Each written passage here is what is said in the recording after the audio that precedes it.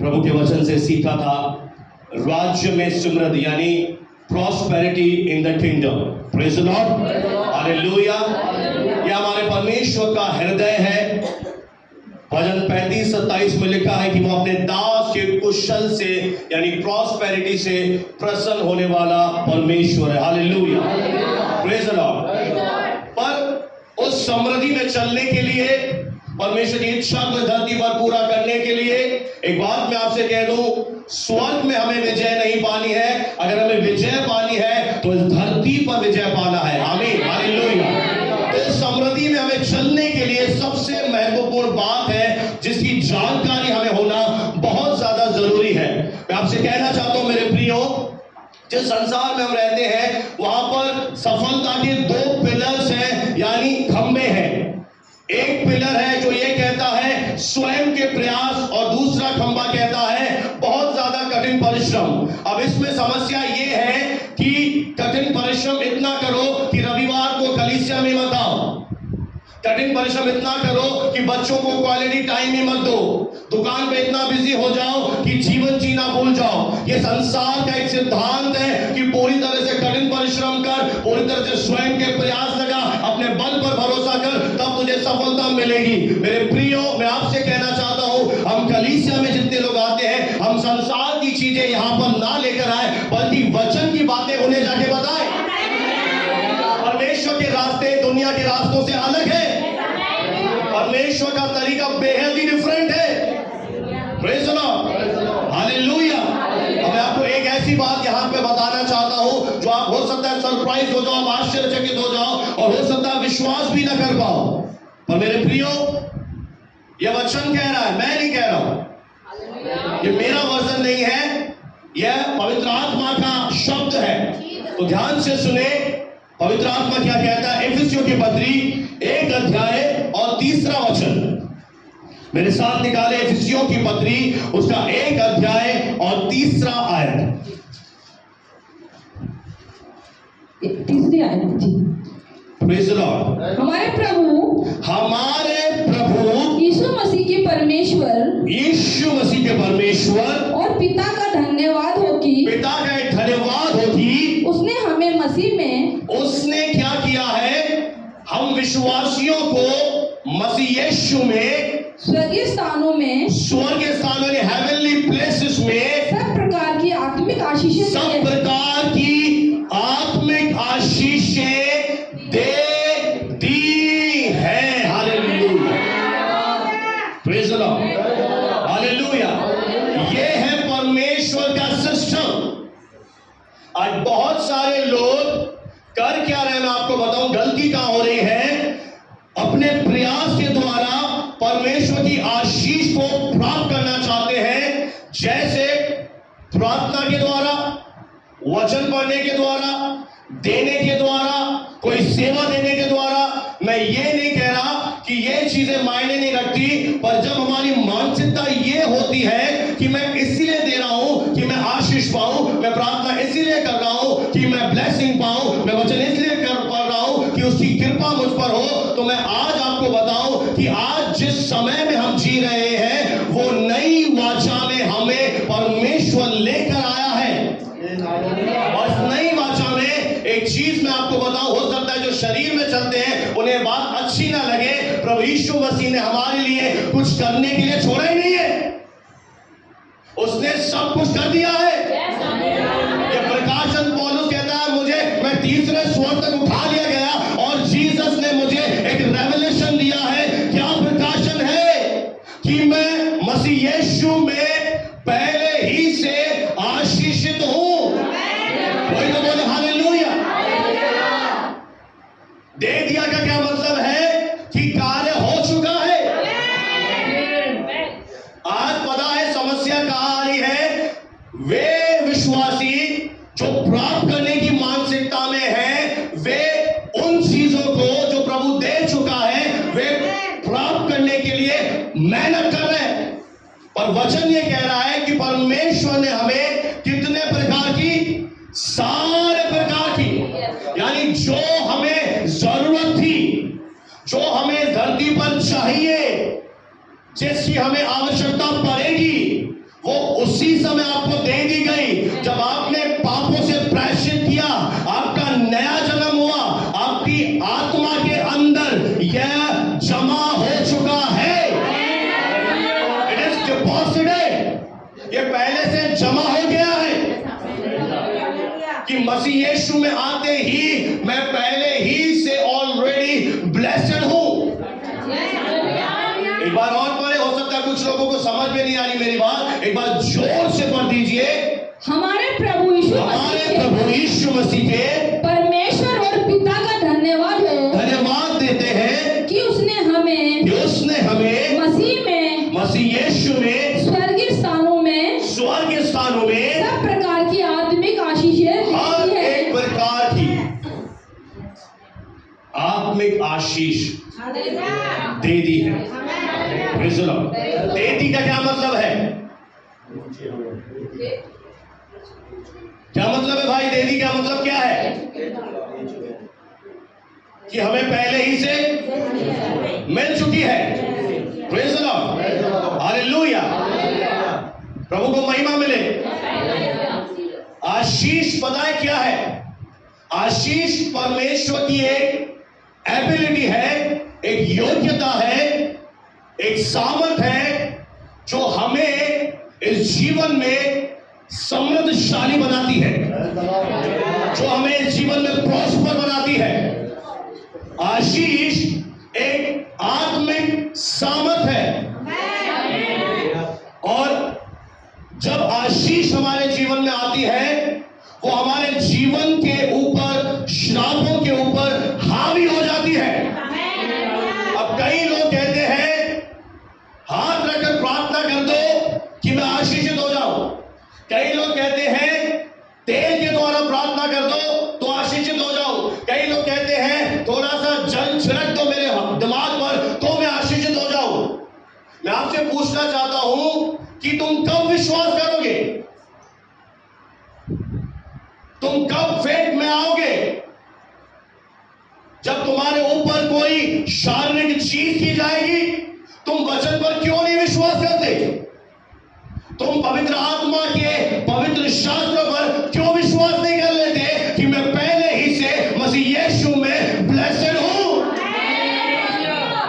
मैं आशीषित परिवार में जन्म ले चुका हूं।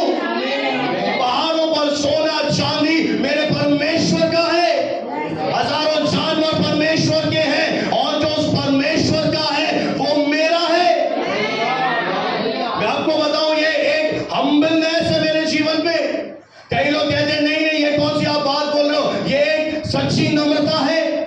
फिलेमोन की पत्री में लिखा है कि मसीह यीशु में जो तेरे जीवन में अच्छी चीजें हो चुकी हैं उनको तू क्या कर? उनको तू अफर्म कर, यानी उनको दी पुष्टि कर।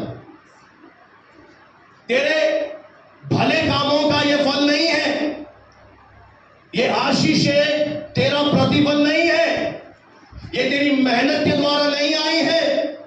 मसीह यीशु ने हर एक हमारी बुराई, हर एक हमारे पाप, हर एक हमारे श्राप उठा लिए, और उसकी बदौलत ये आशीष मुझे एक विरासत में दे दी गई है। ये मेरी एक विरासत है, ये प्रतिफल नहीं है। प्रतिफल तब मिलता है जब मैं कुछ करता हूं, पर ये मेरी पहले से विरासत है। जब मैंने परमेश्वर में जन्म लिया तो यह मेरी एक विरासत बन चुकी है। इसीलिए मैं आपसे कहना चाहता हूं, आशीषों के पीछे मत पड़े, आशीषें आपके पीछे आ रही हैं। Praise the lord. हम पहले ही से बोले आशीषित हैं। हालेलुया। Praise the lord. गलातियों 3:13 में लिखा है, मसीह यीशु जो हमारे लिए श्रापित बना, हमें मोल लेकर व्यवस्था के श्राप से छुड़ाया। क्या लिखा है? कि वो आने वाले समय में हमें श्राप से छुड़ाएगा। कई लोग ऐसे पढ़ते हैं बाइबल, कई लोग वचन को ऐसे पढ़ते हैं कि आने वाले समय में छुड़ाया। लिखा है, स्पष्ट लिखा है, हिंदी में लिखा है कि मसीह यीशु तेरे लिए श्राप बना।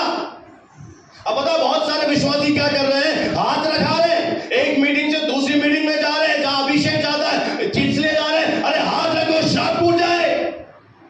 मैं आपसे कह रहा हूं कि आपको श्राप तुड़वाने के लिए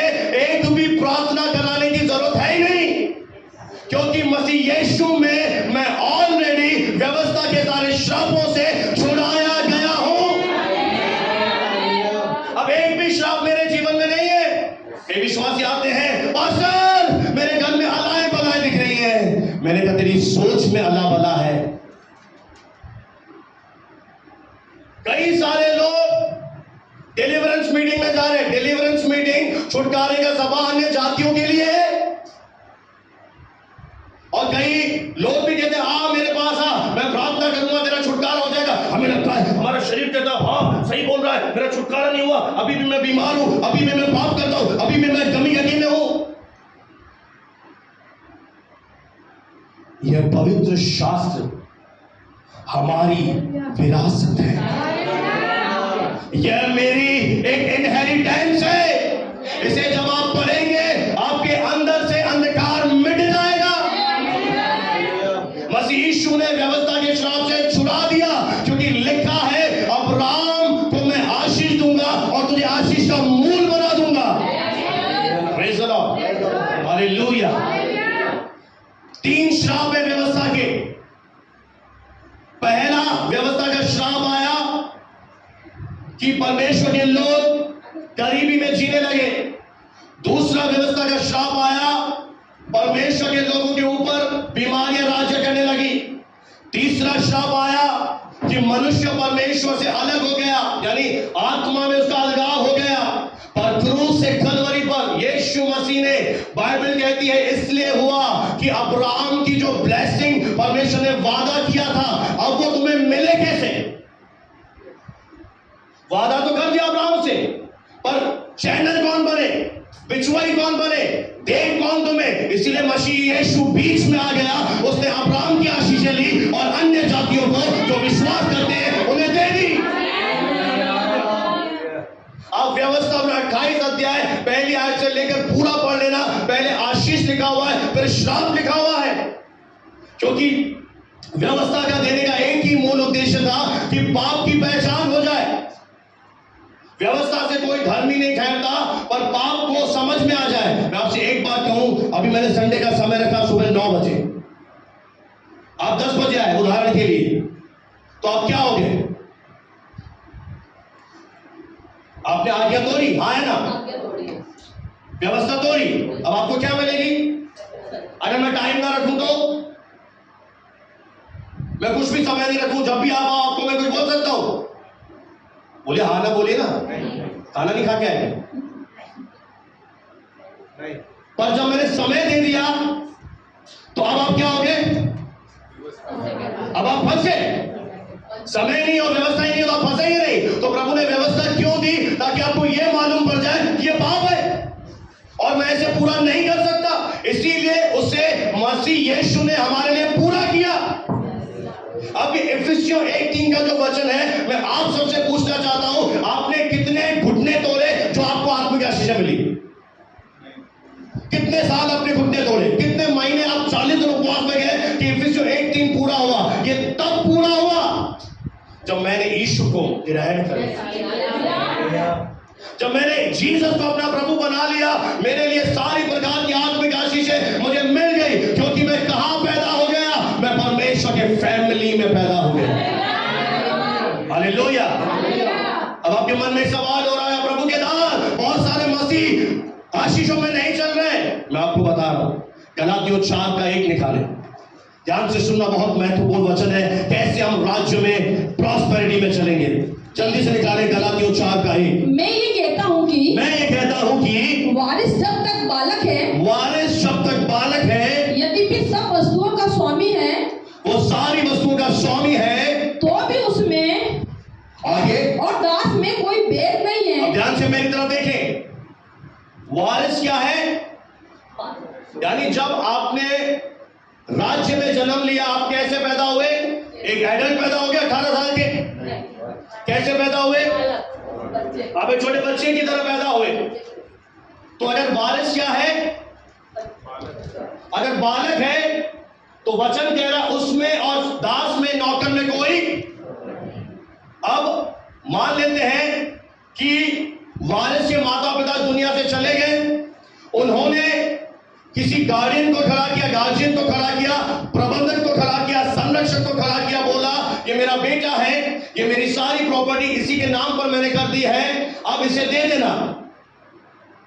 तो वो बेटिया जब तक बड़ा नहीं होगा, जब तक सयाना नहीं होगा, तब तक वह विरासत उस बेटे की है, पर उसे मिलेगी नहीं।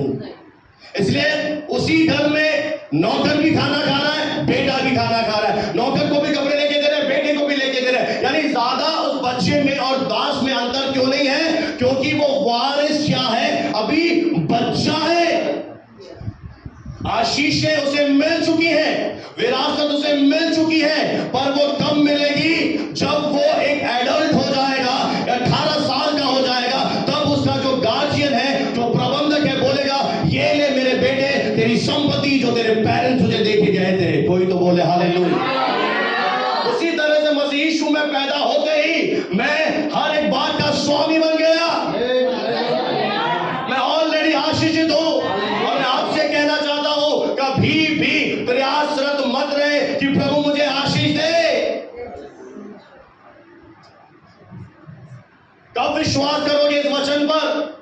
तुम्हें तेल ही चाहिए क्या जिंदगी भर? तुम्हें पानी चाहिए? तुम्हें हाथ चाहिए? किसी का हाथ है? नहीं, ये वर्ड कह रहा है सारी आशीषें दे दी। और पता है अब क्या होगा? जैसे मैंने नया जन्म पाया, मैं कलीसिया में लगातार जाऊंगा, मैं लगातार वचन सुनूंगा, मैं लगातार प्रार्थना करूंगा, मैं लगातार प्रभु में बना रहूंगा, और थोड़े समय के बाद मैं क्या हो जाऊंगा? मैं सयाना विश्वासी बन जाऊंगा, मैं मैच्योरिटी में चलने लगूंगा। और जब मैं सयाना बन जाऊंगा, ये मेरी विरासत मेरे जीवन में प्रकट होना शुरू हो जाएगी। जो कुछ प्रभु ने मुझे दिया है वो प्रकट रूप में मेरे जीवन में नजर आए। इसलिए मैं कहता हूं कि हाथ रखाने के पीछे मत भागो, तेल के पीछे मत भागो, अलग अलग जगहों पर जाकर प्रार्थना के पीछे मत भागो। आपको वचन में बढ़ना है। आपको जो ये विरासत दे दी गई है, इसमें दिन प्रतिदिन मनन करना है, क्योंकि ये व्यवस्था की पुस्तक तेरे चित्त से कभी उतरने ना पाए। इसी में दिन रात ध्यान दे कि प्रभु ने मुझे क्या दे दिया है।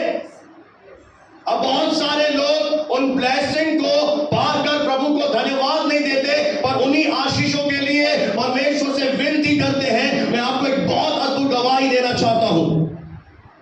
एक प्रभु का श्रेष्ठ दास था, जिसके पास $25,000 थे। उसने खेत में निवेश किया, और जब उसने निवेश किया, उसने कॉटन के लिए कपास बोई, और उसने कहा 3 इंच तक बारिश आएगी और मेरी खेती बर्बाद हो जाएगी। और थोड़े समय के बाद ऐसा ही हुआ। फिर उसने 800 एकड़ का एक जमीन लिया, फिर बोया, बोला मैं 1.5 इंच तक इसे बोऊंगा, और देखना 3 हफ्तों तक बारिश नहीं आएगी। और ऐसा ही हुआ, और उसका अंदर कड़वा हो गया, और शैतान ने उसके मन में कड़वे बीज बोए कि देख, परमेश्वर तेरे जीवन में तेरे बिजनेस को ब्लेस नहीं कर रहा, तुझे आशीष नहीं दे रहा। और वो जब प्रभु के पास जाने लगा, तो परमेश्वर से कहने लगा, परमेश्वर मुझे ऐसा लग रहा है कि मेरी प्रार्थना तू सुन नहीं रहा। तब एक आवाज आई उसके रूम में, कौन तुझसे कह रहा है कि मैं तेरी प्रार्थना नहीं सुन रहा हूं? किसने तुझे बताया है कि मैं तेरी प्रार्थना नहीं सुन रहा हूं? तू प्रार्थना में क्या बोल रहा है? तो परमेश्वर ने सलाह दी कि तू प्रार्थना जो कर रहा है वो प्रार्थना नहीं है, वो एक कंप्लेन है, वो टोटल शिकायत है। और फिर पवित्र आत्मा ने उससे कहा कि तू प्रार्थना में केवल शैतान की बातें बोल रहा है मेरे आगे आके। क्या तूने कभी मेरे वचन को नहीं पढ़ा? आज मैं सच बता रहा हूं, हमारे जीवन में जो हार आ रही है, जो फाइनेंशियली हम ग्रो नहीं कर रहे, उसका कारण डेविल नहीं है। क्योंकि बाइबल ये नहीं कहती कि शैतान के मुंह में सामर्थ है, बाइबल ये कहती है कि मेरे मुंह में जीवन भी है, मौत भी है। मैं रेस्पॉन्सिबल हूं, क्योंकि मैंने अपनी विरासत को जाकर टटोला नहीं। मैं आपको एक एडवाइस दे रहा हूं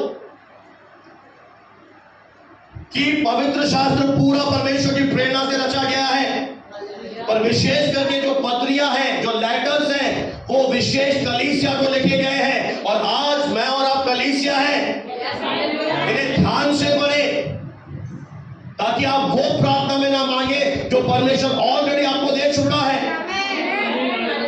प्रेज द लॉर्ड।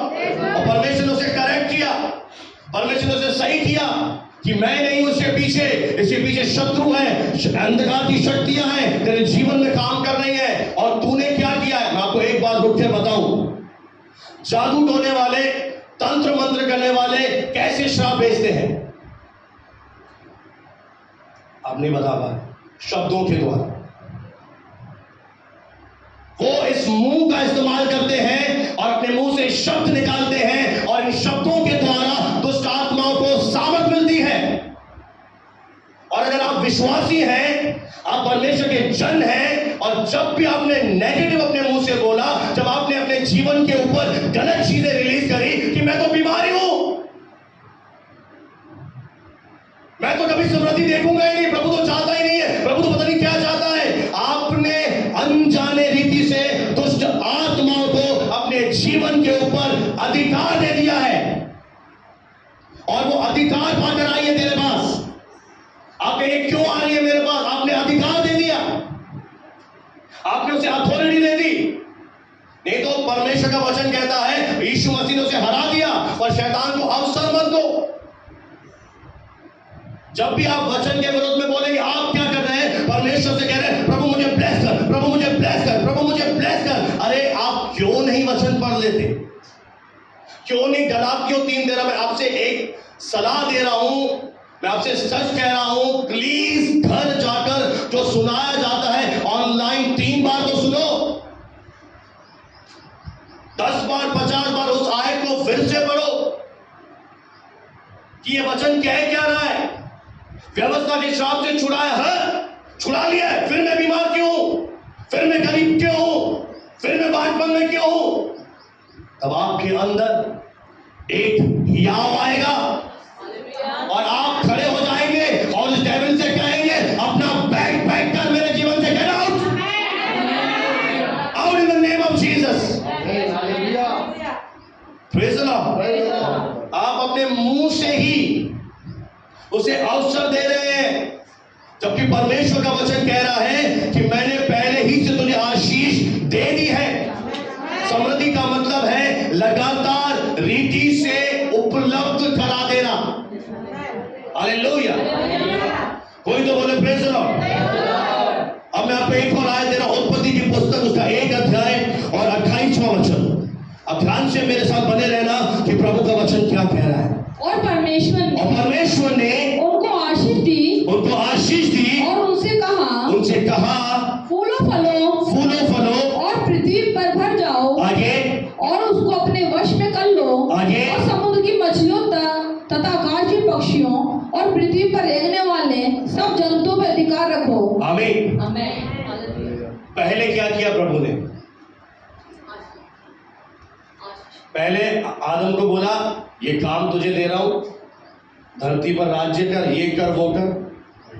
नहीं, परमेश्वर ने पहले आदम के जीवन के ऊपर अपने शब्दों के द्वारा आशीष की घोषणा की कि फलो फूलो पृथ्वी में भर जाओ। यानी कोई भी काम जब आप परमेश्वर में करते हैं, आप इस मंशा से करें कि पहले ही से मैं आशीषित हूं, मुझे पहले ही से सामर्थ दे दी है, मुझे पहले ही से प्रभु ने दे दिया है। उसके बाद वो मुझे असाइनमेंट दे रहा है, उसके बाद मुझे काम दे रहा है, पहले मुझे उसने आशीष यानी ब्लेसिंग मेरे जीवन में दे दी है। Hallelujah, praise the Lord. इसीलिए मेरे प्रियो, बहुत सारे लोग राज्य में प्रॉस्पर नहीं होते हैं क्योंकि जब देने की बारी आती है। अब मैं आपको एक और बात बताऊं कि अब मैंने जब ये जान लिया कि मैं ब्लेस्ड हूं, मैं आशीषित हूं, तो अब जब मैं दूंगा तो इस मनसा से दूंगा कि मैं पहले ही से आशीषित हूं, इसलिए मैं दे रहा हूं। मेरी माइंडसेट ये नहीं रहेगी कि मैं देने के बाद आशीष पाऊंगा। मैं क्यों दे रहा हूं? मैं क्यों परमेश्वर को दे पा रहा हूं? क्योंकि मैं जानता हूं मैं पहले ही से आशीषित हूं, मैं पहले ही से धनवान हूं। अब आप कि मुझे तो कुछ दिखाई नहीं दे रहा, मैं तो कर्ज में चल रहा हूं, मेरी तो परिस्थितियां विषम है, मुझे इससे कोई फर्क नहीं पड़ता, मुझे इससे कोई फर्क नहीं पड़ता कि आपकी परिस्थिति क्या है। अब आप निर्णय लीजिए, या तो परिस्थिति पर विश्वास कीजिए या तो खुदा के जीवित कलाम। अब आपकी मर्जी है, आप कमी घटी को देखना चाहते हैं, क्या परमेश्वर के इस वचन पर आप विश्वास करते हैं कि मैं पहले ही से आशीषित हूं? कोई तो बोले हालेलुया। ये आपका मैटर है। आप राज्य में कितनी तरक्की करेंगे ये आप पर निर्भर है। कि यीशु ने नहीं बोला जो अच्छी भूमि पर बोएंगे, कोई 30 लाया, कोई 60 लाया, कोई 100 लाया। आपकी राज्य में तरक्की आपके ऊपर निर्भर है। आप कैसे वचन को रिसीव कर रहे हैं, आप कितना वचन के अनुसार चल रहे हैं। हाँ, परिस्थितियां तो आपको दिखाएंगी, तेरी जेब खाली है, तेरे घर में ये नहीं है, तेरे इधर ये नहीं है। अब आप एक बात सोचिए, आपको रोना है, जी भर के रोइए। उस दास की एक और बात बताओ, उसने कहा मैंने परमेश्वर से हजारों बार प्रार्थना करी, प्रभु मुझे समृद्ध बना। मैंने अपने गलत बातों के लिए पश्चाताप किया, मैंने यहां तक कि परमेश्वर से भीख भी मांगी, प्रभु मुझे आशीष दे, प्रभु मुझे आशीष दे, पर वो कह रहा कुछ नहीं हुआ। तो परमेश्वर ने कहा कि मैं कभी भी अपने वचन के विपरीत नहीं जा सकता, तूने अपने जीवन से मुझे बांध दिया है, तूने अपने शब्दों से मुझे बांध दिया है, तूने शैतान को अधिकार दे दिया है। और तब उसे अपनी गलती का एहसास हुआ, तब उसने जाना कि मैं मसीह में कौन हूं, प्रभु ने मुझे क्या बना दिया है। मैं ऑलरेडी कितना धनवान हूं। मेरे प्रियो, किसी के पास 50 लाख की गाड़ी है, बहुत बड़ा घर है, वो परमेश्वर की नजरों में सबसे गरीब व्यक्ति है। अमीरी ये नहीं है कि बहुत बड़ा मेरा घर है, गाड़ियां, सब कुछ है, वो परमेश्वर की नजरों में एक दयनीय स्थिति में है, क्योंकि परमेश्वर जानता है कि उसका अंत कैसा है। अमीरी पता है क्या है? अमीरी शुरू होती है आत्मा से। हम धनी किए जाते हैं अपनी आत्मा में, हमारे अंदर इन मिट्टी के पात्रों में परमेश्वर ने बहुत बड़ा धन दे दिया है। अब हमें कहीं इधर उधर देखने की जरूरत नहीं है। एक बहुत अभी आपको मैं सुंदर गवाही बताऊं, एक कलीसिया में गए एक प्रभु के दास, और वहां पर उन्हें प्रचार करने के लिए बोला, और पवित्र आत्मा से उसने पूछा कि प्रभु मैं क्या प्रचार करूं, मैं क्या जाके उन्हें बताऊं। तो पवित्र आत्मा ने एक वचन दिया, इनसे जाके कहना कि ये अपनी कलीसिया के लिए किसी स्पॉन्सर को नहीं ढूंढे, यानी दान देने वालों को नहीं ढूंढे, दशवान देने वालों को नहीं ढूंढे, पैसा देने वालों को नहीं ढूंढे। उसने बोला ठीक है प्रभु, मैं जाकर बताऊंगा। और जब वो उस चैपल में गया, बाइबल कॉलेज में गया, तो वहां पर लीडर्स लोग बैठे हुए थे, उनके बॉस ने वो वार्तालाप कर रहे थे कि कौन हमें धन देगा, हमारा स्पॉन्सर कौन होगा। उस दास ने प्रभु से कहा, प्रभु मैं तो मर गया, प्रभु तूने तो आज मुझे मार दिया, ये तो स्पॉन्सर ढूंढ रहे हैं। तो उनका स्वागत किया, उनको खड़ा किया, बोलो बताओ प्रभु के दास, प्रभु ने क्या बताया हमारे लिए। बोला ठीक है मैं बता तो दूंगा, मुझे मारना मत। प्रभु ने मुझे ये बोला है, आप इस कलीसिया के लिए स्पॉन्सर मत ढूंढे, आपका स्पॉन्सर आपका परमेश्वर है।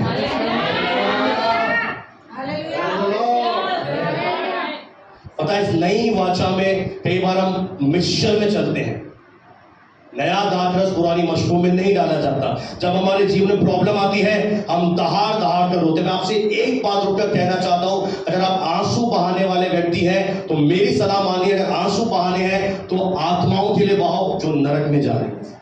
अगर आप अपनी परिस्थिति के कारण रो रहे हैं तो आप कितना भी घुटने टेकिए, रोते रहिए, कुछ नहीं बदलेगा, क्योंकि परमेश्वर पहले ही आपको अंदर दे चुका।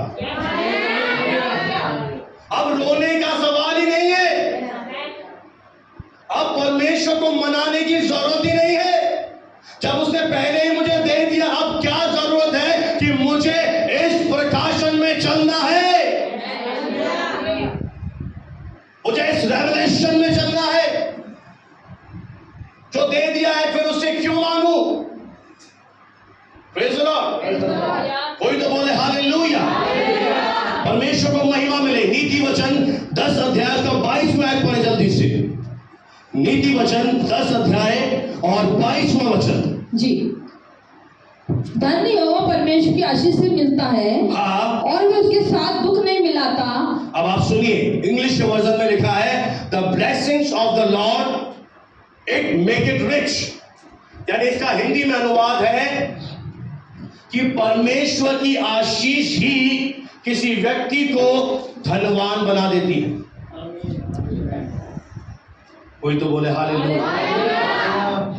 परमेश्वर की ब्लेसिंग का जब हमें बोध होता है, जब हम इस वास्तविकता में जीते हैं, वो आशीषें जो हमारे जीवन पर रिलीज की गई हैं वो हमें धनवान बना देती है, यानी अद्भुत रीति से हमारी जरूरतों को पूरा करती है।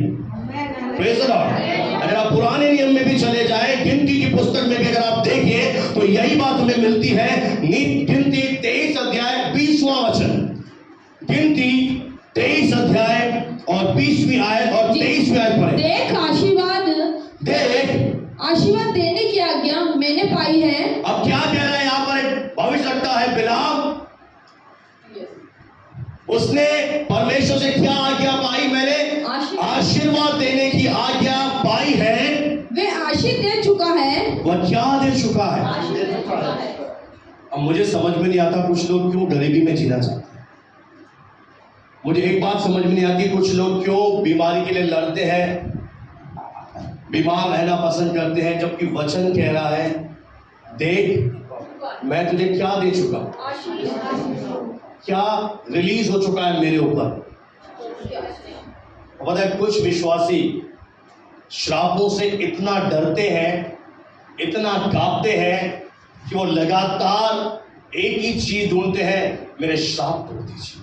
और कई सारे लोग, हाँ तेरे परदादा की वजह से श्राप आया, तेरे नाना ने गलत काम किया श्राप आया। मैं आपसे एक सच्चाई कहूं इस मन से, मेरे नाना ने जो गलत काम किए, मेरे परदादा ने जो गलत काम किए, जब मैं मसीह यीशु में आया मेरा उन सब बातों से छुटकारा हो चुका है।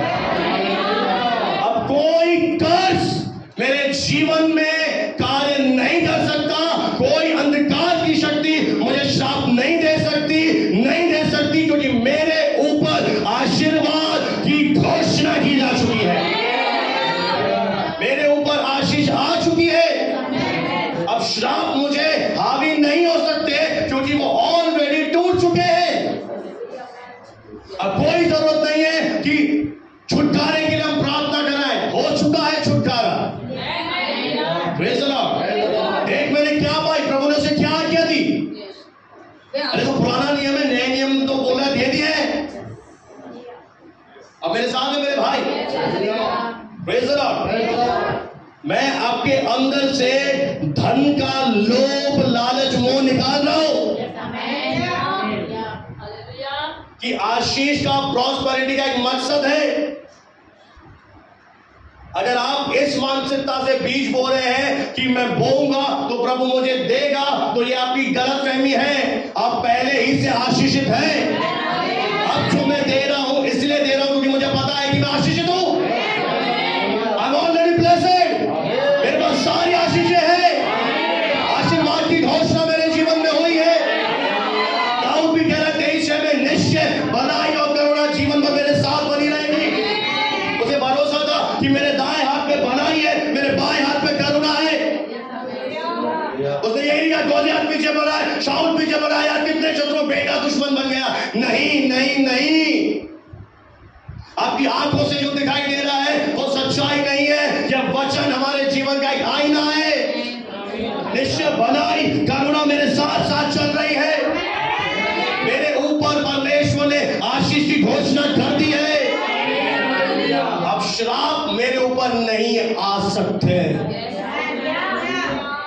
कोई नींबू रखे, मिर्ची रखे, कोई साया देखे, तुम करवट बदल के सो जाना, वो तुम्हारा बाल भी बाका नहीं बना सकती, क्योंकि मैं आशीषित हूं। 23 में यही लिखा है, पढ़ के सुना दीजिए। निश्चय कोई मंत्र याकूब पर नहीं चल सकता। क्या कह रहा है? निश्चय का क्या मतलब है? पक्का। यानी वो दुष्ट शक्तियां अब मेरा कुछ नहीं बिगाड़ सकती। वो जो मुझे देखती है उसे पता है कि मैं मसीह में कौन हूं। इसीलिए वचन को अपने जीवन में प्रथम स्थान देना चाहिए। ये वचन हमारे जीवन में सबसे पहले होना चाहिए। यहां तक कि जब हम सुबह उठकर प्रार्थना करते हैं, प्रार्थना करने से पहले हमें वचन पढ़ने के बाद प्रार्थना करना चाहिए। अब मान ले आप उठे और आपने वचन नहीं पढ़ा, आपने प्रार्थना करी, ओ प्रभु मैं बहुत दिनों से बीमार हूं, मुझे चंगा कर, मुझे चंगा कर, प्रभु दया कर, प्रभु दया कर। और मैं उठा सुबह, मैंने मत्ती 8:17 पढ़ा, उसने आप मेरी बीमारियों को, निर्बलताओं को उठा लिया। अब मैं ऐसे प्रार्थना करूंगा, प्रभु तेरा धन्यवाद कि आपके पुत्र यीशु ने मेरी बीमारी को उठा लिया, मैं यीशु के नाम से चंगा हो गया। रात और दिन का अंतर आ जाएगा। रात और दिन का अंतर आ जाएगा जब आप इस वचन को टटोलना शुरू करें। मैं फिर कहूं, यह आपकी विरासत है। आपकी आत्मिक उन्नति आपके ऊपर निर्भर है। आपकी अगर सोच, आपके विचार गलत हो जाएंगे, देन आपका विश्वास गलत हो जाएगा। जब विश्वास गलत हो जाएगा, मुंह से जो बोलोगे गलत ही बोलोगे। इसीलिए सबसे पहले विचारों को सही करो, जो वचन में लिखा है उससे सहमत हो जाओ, और ज्ञान इंद्रियों पर विश्वास मत करो, परिस्थितियों पर विश्वास मत करो। यह बदलाव के अधीन है। यीशु ने कहा है कि पहाड़ तेरे जीवन से तू कहेगा तो उतर जाएगा। इसलिए यीशु से मत कहो प्रभु पहाड़ उठा। प्रभु कहेगा मैं नहीं उठाऊंगा पहाड़, तुझे उठाना है। तेरे पास वचन है, तेरे पास पवित्र आत्मा है। मैं सच कह रहा हूं, अगर आज का वचन आपने समझ लिया, चलने लगे, आप हमेशा के लिए ट्रांसफॉर्म होकर जाएंगे। आपका मसीह जीवन एक अलग ही अंदाज में आप जिएंगे। हालेलुया। आप एक रिच धनवान की तरह जिएंगे। आपका बाप कौन है? पता है कई विश्वासी की सोच क्या है? अब उद्धार हो गया, प्रभु ने शैतान की दया पर छोड़ दिया, अब तो मैं भिखारी रहूंगा, बीमार रहूंगा, गरीब रहूंगा, ओ प्रभु स्वर्ग में उठा ले, उठा ले, उठा ले। ऐसे को उठाएगा भी? आपकी सोच क्या है? अब शैतान की दया पर, क्योंकि शैतान को पता है कि मेरा पूरा बैंड ऑलरेडी बन चुका है। अब हमें एक और महत्वपूर्ण बात, अब हमें विजय पाने की कोशिश नहीं करनी है। अब जो विजय दे दी गई है उसमें खड़े रहना है। यीशु की विजय में खड़े रहो, वचन का घोषणा करो, और ये वचन तुम्हारे जिंदगी के कंगालपन को, तुम्हारे बर्बादी को बदल कर रख देगा। फॉरएवर चेंज होकर यहां से जाएंगे आज। Hallelujah, hallelujah. अब मैं आपको बताऊं, जो हमारा देना है इस बात पर निर्भर नहीं करता कि मैं प्रभु को दूंगा तो मैं आशीष पाऊंगा। मैंने आपको लास्ट संडे सिखाया था, देना दो प्रकार से होता है। एक होता है अपने से कम लोगों को देना, यानी गरीब को देना, जरूरतमंद को देना, उसे हम कहते हैं चैरिटी, दान यानी चंदा। और जब हम राज्य में जन्म लेते हैं, हमें मालूम है कि मैं किसी को चंदा नहीं दे रहा हूं, मैं दान नहीं दे रहा हूं, मैं अपने से छोटे लेवल पे नहीं दे रहा हूं, मैं राजाओं के राजा को दे रहा हूं, और मैं आशीषित हूं, इसीलिए मैं दे रहा हूं। हालेलुया। मैं आशीषित हूं। मेरी जेब डिसाइड नहीं करेगी कि मैं गरीब हूं, मेरा बैंक बैलेंस डिसाइड नहीं करेगा कि मैं गरीब हूं। ये वचन ऑलरेडी डिसाइड कर चुका है कि मसीह यीशु में, स्वर्गीय स्थानों में हर एक प्रकार की आत्मिक आशीष मुझे दे दी गई है। ये हो चुका है, डन डन डन। इसलिए मसीह हो, भावना हो, मेहनत, ये नहीं है। पसीना कब आया विश्वासियों? पाप के बाद। पाप के कारण आदम के माथे से, और अब हम कौन हैं? अब हमारा छुटकारा हो चुका है। आप में कितने लोग सूबेदार को जानते हैं पर चलते नहीं है ना?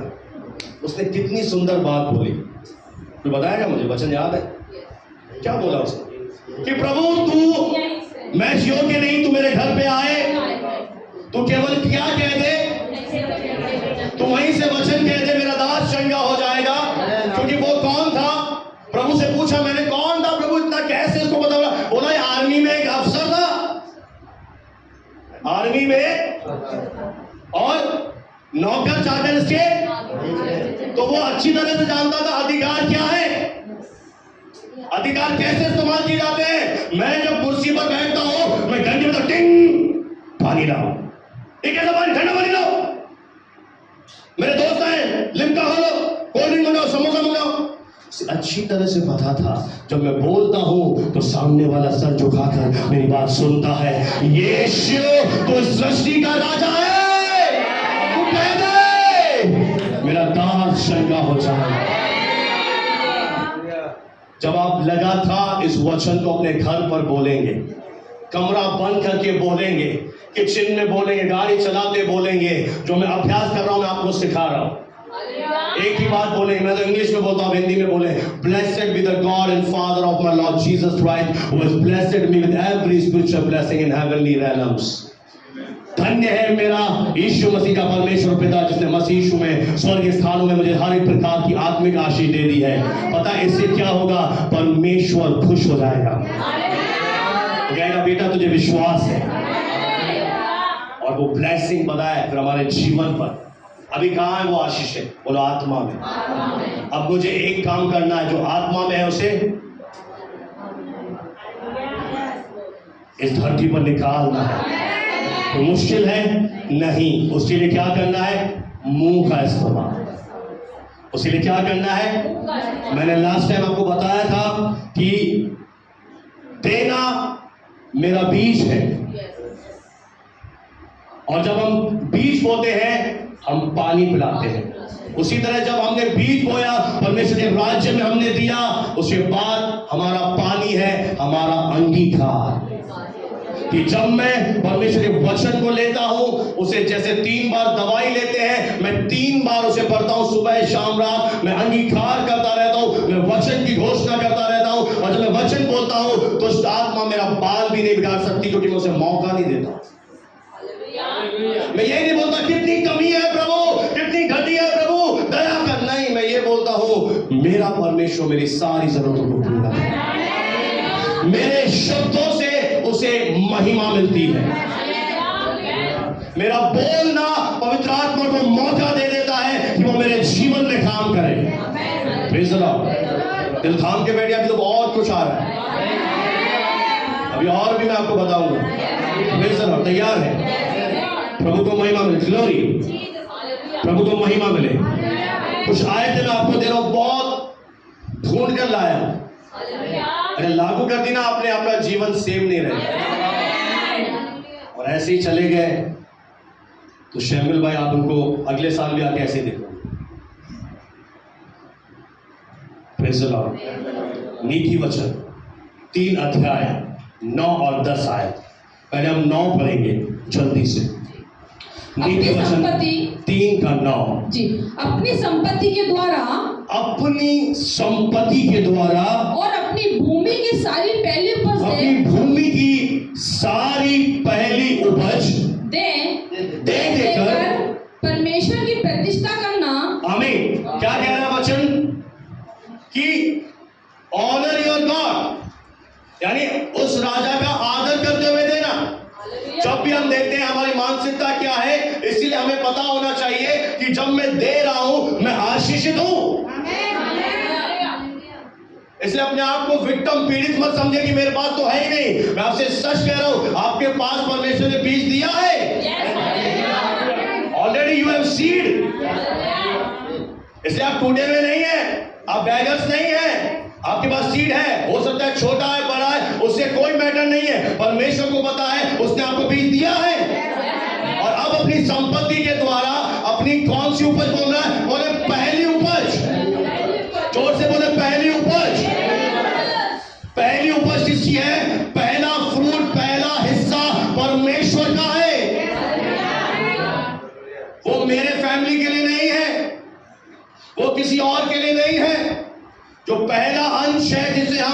दशवांश कहते हैं वो परमेश्वर का है।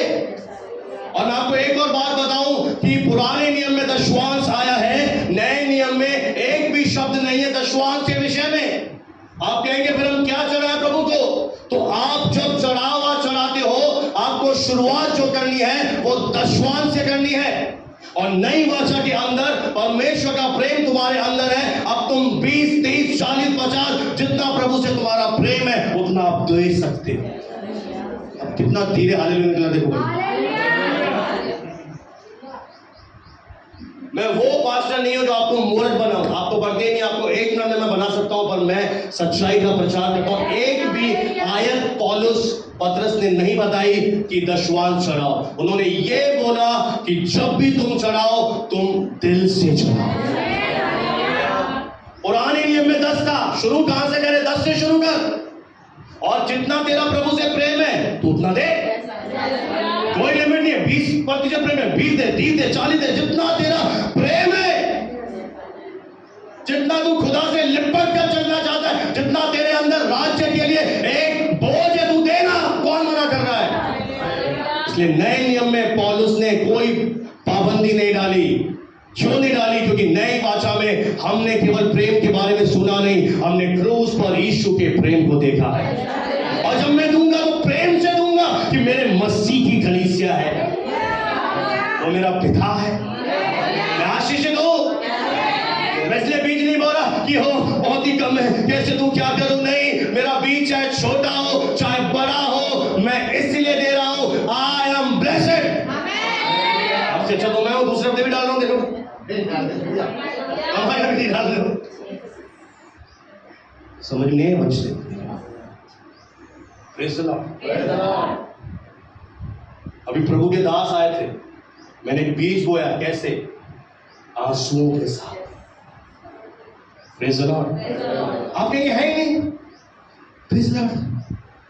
नहीं, मेरी जो पास्टर दादा की वाइफ है, आंटी दादी मनोरमा, उन्होंने एक बात मुझे सिखाई। विकास, जब हम बहुत आर्थिक तंगी में थे तब भी हमारे घर में प्रभु के दास आते थे और उन्हें खाली नहीं बेचते थे, हम कुछ ना कुछ उनको देकर बेचते थे, और वो चीज मैंने वहां से उठा ली।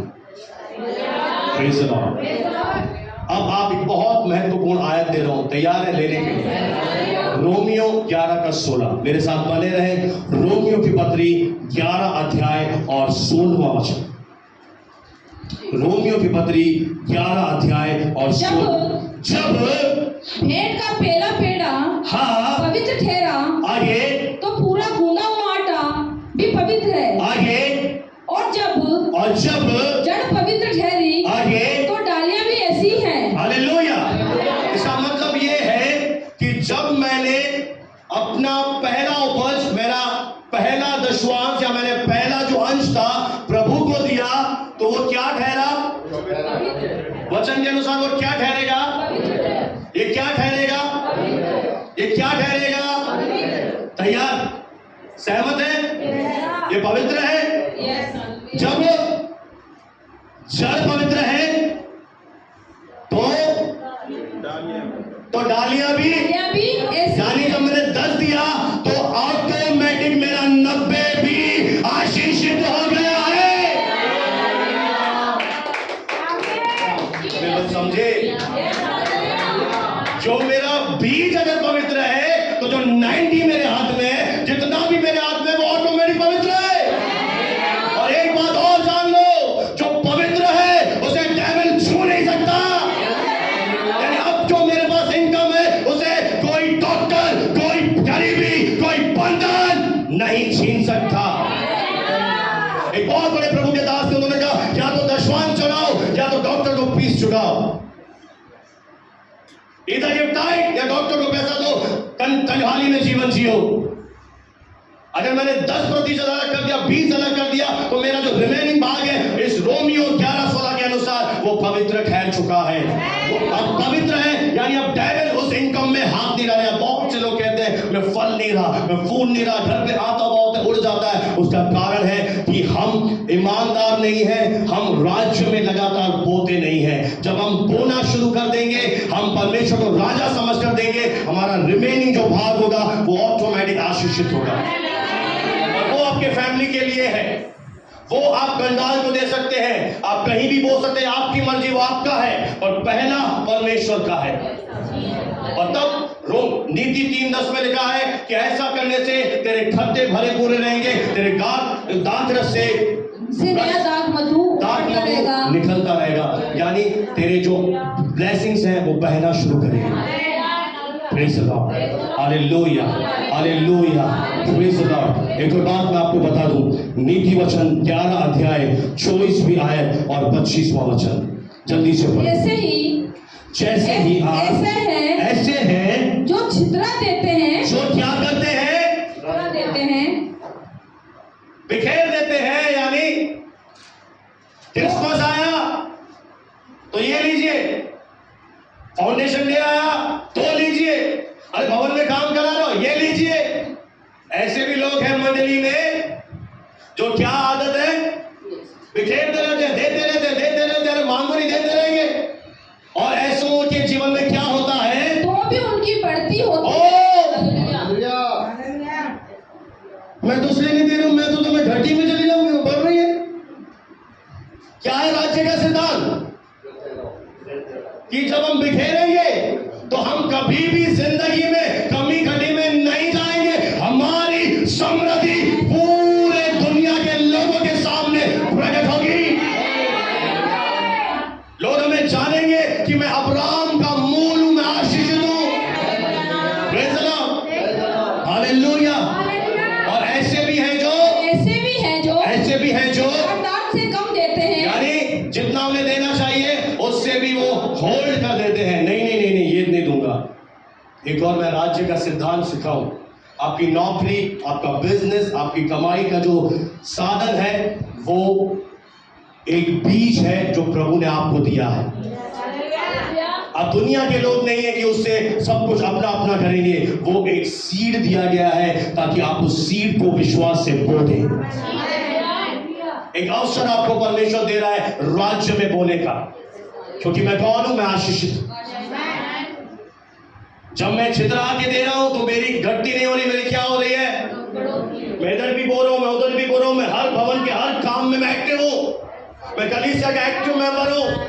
मुझे पता पड़ना चाहिए, मैं बिना मांगे बोल रहा हूं। और इससे मेरी क्या हो रही है, थोड़े दिनों के बाद वो फ्लरिश हो रहा है, वो प्रॉस्पर हो रहा है, वो समृद्धि में जी रहा है। हालेलुया। और परमेश्वर ऐसे बंदों से प्रसन्न होता है। और ऐसे भी हैं जो देना चाहिए उस पर भी कुंडली मार के, और फिर वचन कह रहा है, मैं नहीं कह रहा, तो भाई मेरे बारे में मत बोलना, नसीराबाद में ऐसे सिखाते हैं। और इससे उनकी गणति होती है। क्या होती है, ही होती है। जो रोके रखता है यानी कंजूस है, उसके जीवन में बढ़ोतरी नहीं आएगी। और क्या हो जाएगा पता है, देना इस बात का प्रूफ है कि मेरा जीवन बदल चुका है। चकिंग के विषय में आप जानते हैं, जैसे यीशु से एनकाउंटर हुआ, आधी संपत्ति कंगाल तू ले ले, 4 गुना मैं जो लूटा है मैं दे देता हूं। अगर आप देने वाले व्यक्ति हैं, इसका प्रूफ है कि आपके जीवन में अब परमेश्वर के फल नजर आ रहे हैं। अब आपको स्वयं से प्यार नहीं है, अब आप सेल्फिश नहीं है, अब आप राज्य के लिए चिंतित हैं। अब राज्य की सुधि लेने वाले प्रभु के लोग हैं। और जो यथार्थ से कम देते हैं, बाइबल कहती है वे घट चले जाते हैं, वे कम होते चले जाते हैं, वे डिक्रीज होते चले जाते हैं। फिर उन्हें समझ में नहीं आता कि मेरे साथ ऐसा क्यों हो रहा है, क्योंकि उन्होंने क्या किया था।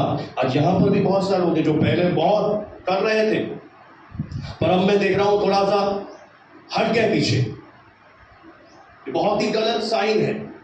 और यहां पर जो मैं प्रचार कर रहा हूं, ये मेरा और मेरी पत्नी का लाइफ है, जीवन है। हमने अपना सब कुछ राज्य में बोया है। ये कोई कथा कहानी का प्रचार नहीं, और हमने बोया है, किया है, इसलिए मैं आपसे दिल खोलकर बोल रहा हूं। और ब्रदर, मेरा 6 साल में पहला प्रचार, सेकंड, जब से नसीराबाद में, तब से आज जब प्रभु ने अगुवाई दी कि इनको सिखा, और आज बहुत सारे लोग नहीं आए। देखो फिर मेरे से आगे कहेंगे कर्ज नहीं आ रहा, ये नहीं हो रहा, फलाना ढिमका प्रार्थना कर दो। और जब इतनी मेहनत कर रहा हूं, पूरे हफ्ते से लगा हुआ हूं प्रभु से पाने में, कल भी पैदल चल चल के मनन कर रहा हूं, सुबह से मनन कर, रात में मनन कर रहा हूं कि प्रभु बता क्या बताना है, प्रभु दे, इतना परिश्रम करके प्रभु से। और बहुत सारे लोग क्या ले रहे हैं, हल्के में ले रहे हैं, पर ये वचन हल्के में मत लो, एक दिन आप हल्के में ना पहुंच जाओ।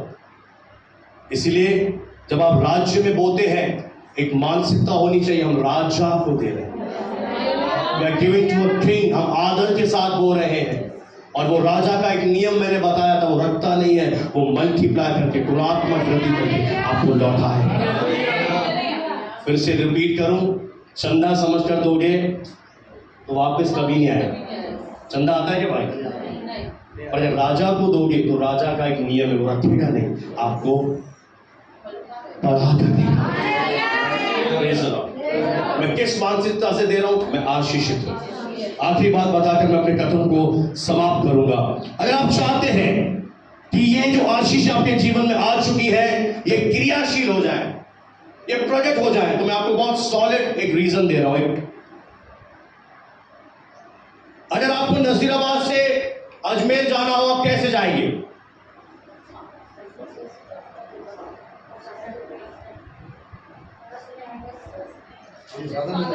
Bye transport, whether cycle, 2 wheeler, 3 wheeler, auto, e rickshaw, 4 wheeler, कैसे भी करके आप जाएंगे, वो आपका क्या माना जाएगा? ट्रांसपोर्टेशन। आप क्या कर रहे हैं? एक स्थान से दूसरी जगह जा रहे हैं। आमीन, सहमत हैं? बिना ट्रांसपोर्ट के आप जा सकते हैं? कोई है जो नाम नहीं ले सकता, ऑनलाइन चल रहा है, समझ जाए, उड़ सके जा सकता है? कैसे जाना पड़ेगा? साधन से जाना पड़ेगा।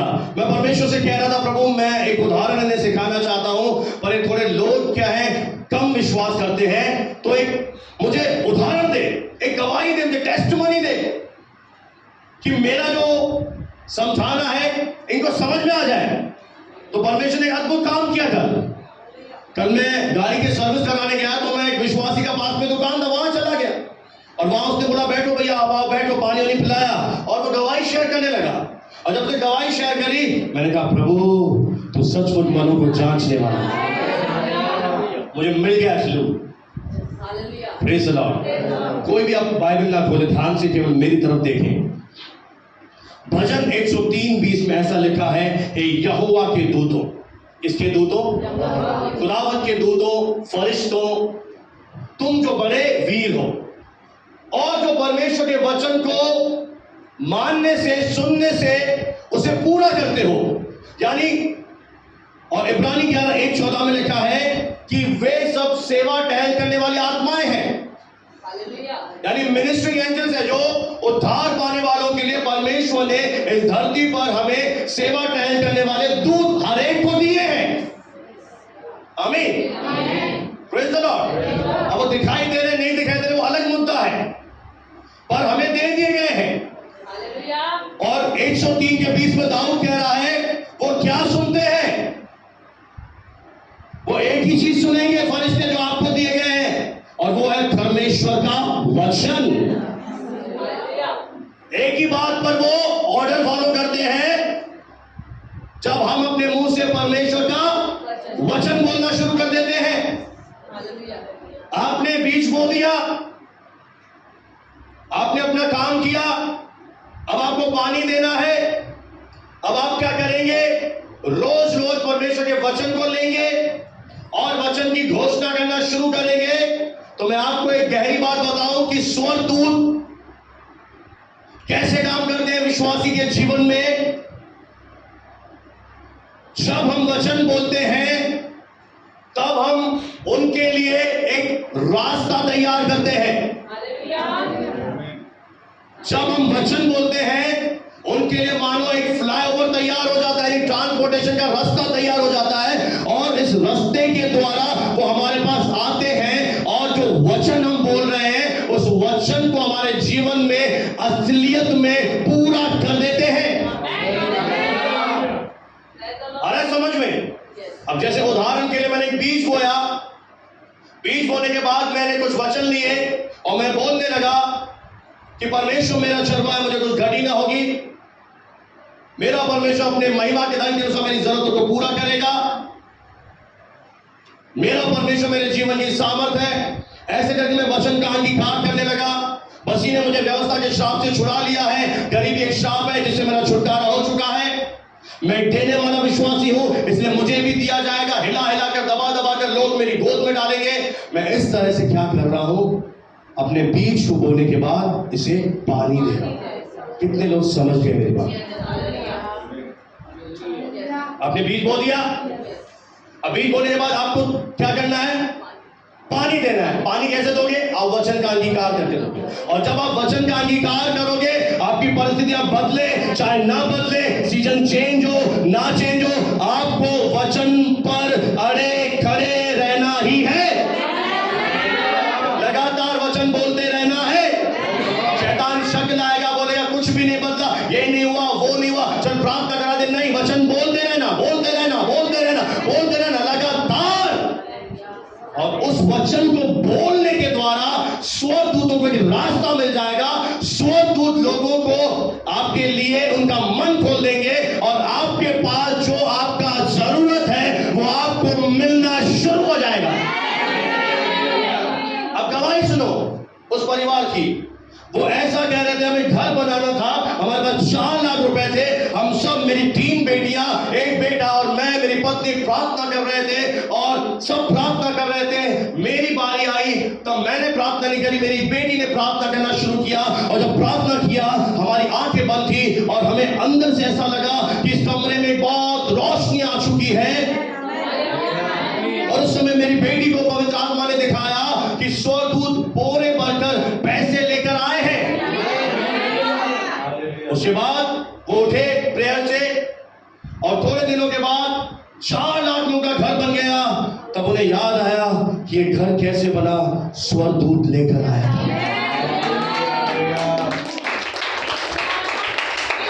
कई बार हम क्या सोचते हैं, जब मलाकी 3:10 पढ़ते हैं, मैं आकाश के झरोखे खोलकर तुम पर अपरंपार राशि बरसाऊंगा, तो परमेश्वर के पास क्या भारत के नोट पड़े,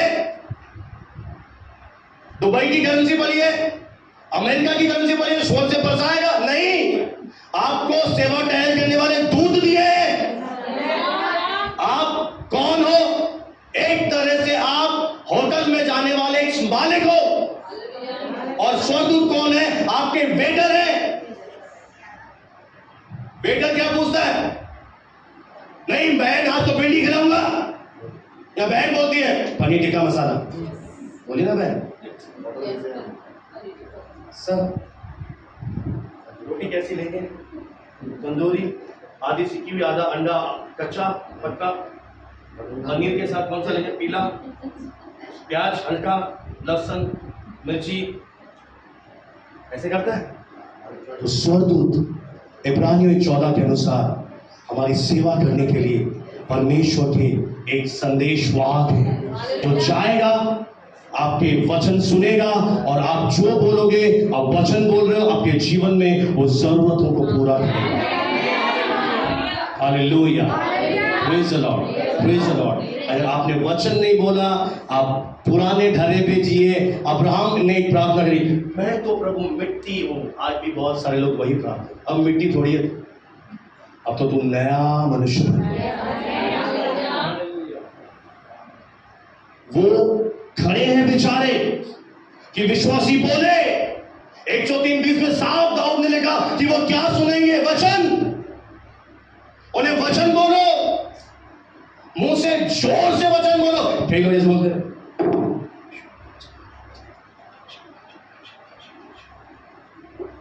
स्वर्गदूत सुनेंगे। कई सारे विश्वासों के आज मुंह अंगीकार करो।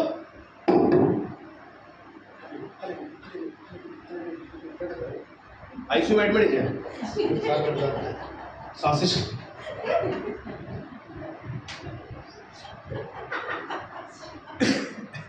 दे दी आशीषें। फिर ऐसी तरह तुम्हारी परिस्थिति क्यों है? क्योंकि तुम जो वचन कह रहा है वो ना करके शैतान की बात पर मन लगा रहे हो और उल्टा बोल रहे हो। मैं फिर कह दूं, अगर आप भवन में आकर निराश होते हैं, आंसू बहाते हैं, रोना धोना शुरू कर देते हैं, दहाड़े मारते हैं, कुछ भी नहीं बदलेगा और शैतान और उसके दूत आपका मजाक बनाएंगे कि ये वो विश्वासी है जिसके जीवन में रत्ती भर भी वचन नहीं है। पर जिस दिन आंधी के सामने, तूफान के सामने, जब जेब में 1 रुपया भी ना हो, उस समय भी विश्वास से बोलेंगे, यहोवा मेरा चरवाहा है, मुझे कोई कमी ना होगी।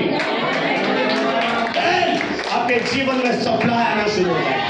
अब आप देखेंगे कैसे झरोखे खुलेंगे और परमेश्वर आपके लिए बहुतायत से करेगा।